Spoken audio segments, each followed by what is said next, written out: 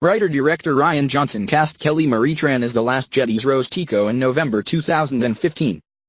A month later, shortly before The Force Awakens was set to premiere, she was in London for makeup and wardrobe tests but still didn't know much about who she was playing. Rather naturally, she asked Johnson if she could read The Last Jedi script, and he obliged. That's when things got awkward.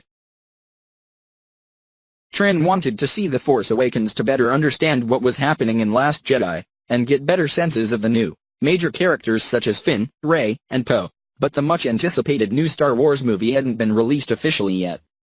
It turns out being hired to work on Episode 8 gives you absolutely zero access to Episode 7.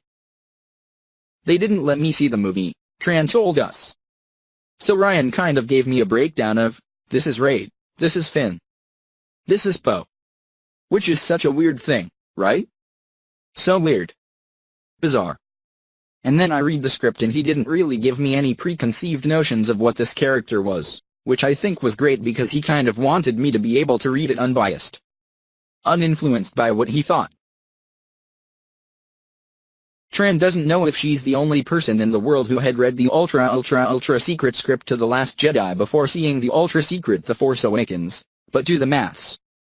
In December 2015, the number of people who had read the script to The Last Jedi had to be very small, probably consisting of only the returning actors and the most connected and highest-ranking officials at Disney and Lucasfilm. All of those people would have seen, or at least known the story of, The Force Awakens, since they were directly involved in its production. But not Tran. Her first introduction to these characters and this story was Johnson's script. I mean, the first time that I read it, I already knew how beautifully crafted it was, she said. The fact that there were all these different sorts of storylines, and then the way that they intertwined, and kind of separate, and how every character has something that they're dealing with. I think seeing The Force Awakens after only reiterated how great that script was, if that makes any sense.